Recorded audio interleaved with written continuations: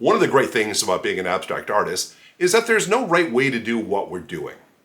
What we come up with oftentimes is a combination of how we see the world, what the materials tell us to do, what we have lying around the house. And today on Mixed Media Masters, we're going to create a painted masterpiece without actually using a single paintbrush. Let me show you how.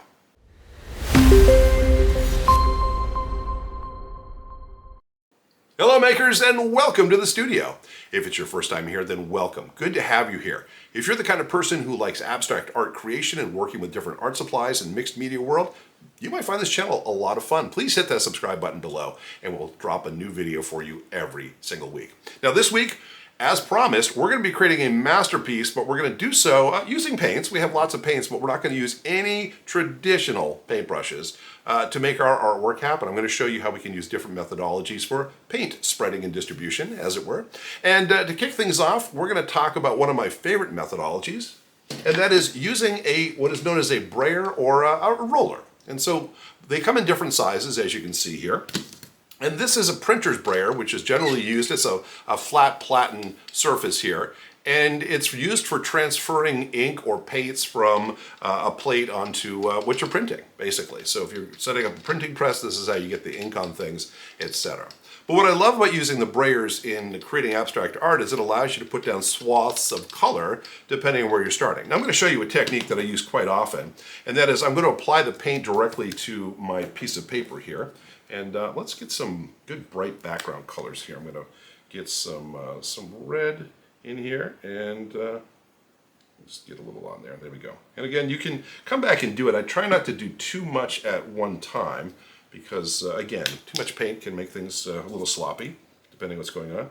And actually, let me get some of this. I'm going to kind of go up the paper, as it were. I'll do the same thing with the red. There we go. And get a little something like that. And then it's just a matter, once again, of taking our brayer, and I'm going to start down here at the bottom, and I'm just going to roll through the paint that I've laid out here, and we're going to start to see the effects that we have. Now this is a fairly thick swath of paint, and I can come in here, and as I roll over this area, it gets a little bit thinner, and I can kind of have it taper off as I continue, as the paint is leaving. And again, what you do with this texture is entirely up to you. I'm going to use this as a foundation for what we're working with here. And again, we could go horizontally or vertically if we want. Let me just use the small brayer to come across here and just kind of create some sort of a fashion statement. There we go. There's a statement in there somewhere. But again, rollers is our first methodology. As you can see, it lays a pretty good foundation for what we want to do here. Let's check out method number 2. Our next method is a method that's commonly used by abstract artists, and that is we're going to be using what are known as spreaders. So I have different types of spreaders here. I have one that's actually used for modeling polymer clays. I have a spreader here that quite literally is used for auto body work. I picked this up. This is for the Bondo people, if you ever had a Bondo mobile, you know what I'm talking about, basically doing body work. And you can even use something like an old credit card. This is an old used up gift card of some sort, and I can use this. But basically I'm looking for a flat surface or something I can use to spread paint around. So let's, I'm going to work up here in the upper right hand side, and again I'm going to just drop a little bit of paint on my paper directly. And then I'm going to use the credit card, why not? And I'm going to come in here and I'm going to create, in essence, a paint path that I can follow depending upon my needs. There we go. And that just gives me a very cool effect and a fair amount of control. Now, of course, I could also augment this. Let's try a few variations on a theme here. Let me get a little bit of purple in here. Don't need too much. I'm just going to get a drop or so if it will come out here. There you are. And let me use this little scraper here and see what we can do with it. And again, I'm going to create kind of a cool, interesting effect between these two colors. And just do something like that. Now again, we don't have to overthink any of this. The point is to show you the different techniques. But again, a flat surface will do an awful lot here. I'm going to show you also how we can use these as we get closer to the conclusion of our masterpiece here to put in some fine lines as well. We'll talk a little bit about that. But that is method number 2, using spreaders. Okay, the next method, again, is a fairly common tool for a lot of artists, and abstract artists use these all the time, and I'm talking about palette knives. Now, there are different types of palette knives. I have a series here that are made of stainless steel. There are also a number of plastic palette knives that you can have out there, and there are different shapes and sizes to allow you to do all sorts of different things. And like most things with paint, it's about distribution of paint and how we can use this to better control the paint and the effect. And again, with a paintbrush, that's really what a paintbrush allows us to do, is to control where the paint goes. And a palette knife will also give us an opportunity. So if I come in here, I can kind of just, play around with this and dab at it if I want, and say, hey, I want to go over here a little bit with the paint, or I want to go over here a little bit with the paint. So in essence, I am painting. I am controlling the flow of paint, but I'm doing so in a more abstract way, I suppose. It also allows me, if I wanted to mix different colors in here, to be able to say, hey, let's get some yellow in with that blue, for example. Let me use a different palette knife just for variation. I'm going to use one that's a little bit more blunted, and this is something that's going to be more for creating kind of a textured effect. Now, as we've talked in previous videos on this channel, there's also the possibility, if you want to be putting additives in your paint to make them thicker and so you can work with them, then these become really sculpting tools, because let's say, for example, we wanted to put like a ridge, actually a raised ridge down the middle of our artwork. If we put some modeling clay or compound in here, we could actually do something like this and create something kind of fun. We're not going to do that in this instance. This is going to stay relatively flat. But again, the beautiful thing about working with palette knives is that we have a fair amount of control as to where the paint goes, and we can, kind of cover a section pretty quickly and get a consistent coverage, which is what we want to have. So that is method number 3. Those are our palette knives, and a very great tool to have in any collection. Let's take a look at method number 4. Our next method is something that looks like a paintbrush, but it's not a paintbrush, and I'm talking about these silicone spreaders. Now, similar to the spreaders that we were working with before, these are much more flexible, but the other thing that's nice about them is that they can come in a variety of different sizes. Now, I'm not sure how well you can see that, but basically there are different shapes and points on this, so we can get different effects. And these, again, can be used for things like modeling in clay, if we want that, but it's a soft silicone tip as opposed to something hard, and gives us a lot more flexibility. And the advantage of this, let me go over to the area I've already kind of hit a little bit with my spreader, and I can come over here and again kind of almost use this as a paintbrush to say, let's bring the color over and down like this.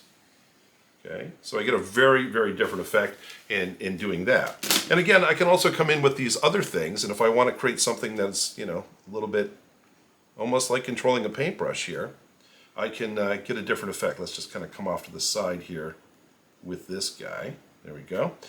Maybe I want to do something a little bit more of a kind of a line. We can kind of scratch through this a little bit and create some different textured effects. Again, you can't probably see that very well, but I'm scratching through my blue paint, and I'm able to see the colors underneath. Okay. But there's a number, by the way. And by the way, I'll have a description for all the tools we're using in this video down below in the description. There's a whole bunch of these are much finer tools, but these are all silicone tipped. And so it gives us a fair amount of flexibility in working with these tools that are not paintbrushes, although they certainly mimic them in a lot of ways. But again, it's about controlling the flow of paint from one point to another. And this one actually almost looks like a brush. But we can do that. Anyway, that is our 4th method. Let's go take a look at number 5. Our next method has actually been used in a previous video, but for a very different purpose. And we're going to be working with common, not paintbrushes, but toothbrushes. And I also have a scrub brush for cleaning vegetables that we used in a recent video in a very different way. And if you want to see that video, I'll put it at the end card. It's about how we can use this to do some spattering. But this time, no spattering involved. We're actually going to use this as a brush to do a little bit of painting. So let me come in here and find a color that we haven't already put into our masterpiece. And let's see if I can get a little bit right in there. There we go.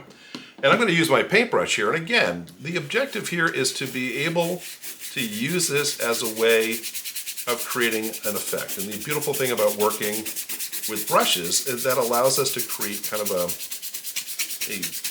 more of a gossamer effect, right? You can see how we're kind of spreading this paint around. We're doing covering, but we're leaving the edges rather soft. At least that's the objective, right? So we can do that. So about paint coverage, but also about creating something that's interesting. Let's see if I can put a little yellow on top of this. This is dried enough to create a kind of an interesting two-tone effect. It's a little green, but to be expected. But you know, we can come into the areas we've already worked on and really soften them up. And this is a great alternative if you need to be able to distribute paint and create something that's going to be kind of an interesting effect. An old paintbrush, I mean an old toothbrush, no paintbrush, an old toothbrush will do. Now to that same point, if we wanted to use this brush, and again, I'm not sure what kind of results we're going to get. It's going to get a little muddy here, but let me, I'll come into the same area with a little bit of red. And if I'm using my, my scrub brush here, it's a similar type of thing. And I can come in here, but I can also pick up the paint and kind of dab it if I want. If I want to create kind of more of a stippled effect, I can come in here like this. So, you know, again, I can scrub in one area if that's what I want to do, and I can also use it more from a texturizing standpoint to create something like that. So, brushes, not paintbrushes, brushes. And let's take a look at our next methodology. Okay, the next method is one, again, that's fairly common and something you probably have lying around your house, and that is working with sponges. Now, you can have a shaped sponge like this one, or a natural sponge like this, or even a kitchen sponge. I have a piece of a kitchen sponge. We'll try all these out, see what kind of effects we get. I even have I guess it's officially a sponge. This is used for applying makeup. It's a sponge tip applicator. We may not ruin this one right now, but again, I could have some control on this and use it almost like a paintbrush if I wanted to. Let's get some paint in here. I'm going to get this yellow-orange color in here a little bit. And again, what I want to be able to do with my sponge is just kind of pick that color up a little bit and then use it for dabbing. This is really going to be an opportunity for me to come in and fill an area in. And it's more about texturization perhaps than it is about coverage, although if I wanted to come in here and use it from almost a painting standpoint, I can do that. And you'll notice, maybe you can't see it very well on camera, but it creates a really soft edge. It's very nebulous, like a cloud in there. Let's try another color here. It's a little more purple. Again, we're kind of working down in this area here. I'm not sure how masterpiecey our masterpiece is, but you know, that's the chances you take. Let's go in here, and again, it's really about creating an interesting texture in this area, or if I want to come in here and use it as almost a wash, I can come in here and I can mix this content together. And again, it's creating some interesting effects for what we need to do. And this might be a cool thing if you wanted to really kind of start with a foundation to paint on, is just kind of make your blended colors. And we've talked about blending acrylics in the past, and you know, there's some challenges there with a brush. With a sponge, I'm going to point out that it actually can be a lot easier if you want to be able to control the colors and how things blend. So there's some cool things we can do. And just for the sake of what we're doing here, let's work with a natural sponge. And the advantage of the natural sponge is that the natural textures that are on here. So if I come in here again and just want to be able to create some sort of a, you know, kind of a textured effect, I have a fair amount of control in how I do that. So I'll do all that. And again, if I wanted to simply use it as a way to spread paint around, it does that as well. Okay, so there we go. Our masterpiece is coming along, as it were. We have one more methodology I want to share with you, and we'll look at that right now. And our final method will be, how can we use tools to really dress this up, kind of finish the detail work that we might have. And what I'm going to do here, by the way, I have a number of different tools that will do just that. Let me get them out of the bag, show them to you. More interesting. And these are tools that were used, designed originally for use with polymer clay. So if you're working with Sculpey or any kind of polymer clay, all sorts of great tools to allow you to shape things. But these tools also come in really handy if we want to be able to create marks on our completed artwork. And for example, I have something that looks kind of like a little bit of a tiny fork. You can't really see it too much. It's more like a broom perhaps, but it's, you know, just stiff plastic. But working with my palette here, and you'll see I have some black in here, I can come in here and I can use this to make various types of marks and even kind of spread the paint out a little bit if I need to. But again, this is more for using detail work if I want. I also have you know, other tools like this which have a more of a raked end. And so again, if I pick up a little black like that, I can come in here and say, hey, How can I spread paint around a little bit and create different effects? Now, as I mentioned earlier, when we're using something like our credit card or our expired credit card, one hopes, we can come in here, we can pick up some paint on the side of it like this, and then just use it to create lines. And so by coming in here, I can create kind of different effects on my artwork just by spreading the paint around in a new and unique way. So with these different points and tips, again, being able to come in here and use it almost like a stylus to be able to add paint where I think paint should go, depending on what my needs are. And, this is going to take a while. These are not designed predominantly for distribution of paint. Now, one of the other things I'll just share with you that could be really, really helpful here, let me get some blue in this area right there. And I'll use my spreader just to create a section of blue in here on top of our red yellow, is that once I've done this, I can take these tools now, and if I have a sharp point, which I do here, I can use that sharp point to kind of scratch away. This is called sgraffito. It's an Italian term meaning scratches. And it just allows me to create, again, kind of a textured area that I can really enhance my finished work. So that could be, by itself just an eye-popping part of this. Because while I love the combination of colors and the textures, what's really going to draw the people's eyes to these things are the little details. It's going to be the little things that like, oh, I want to go look at that a little bit more closely.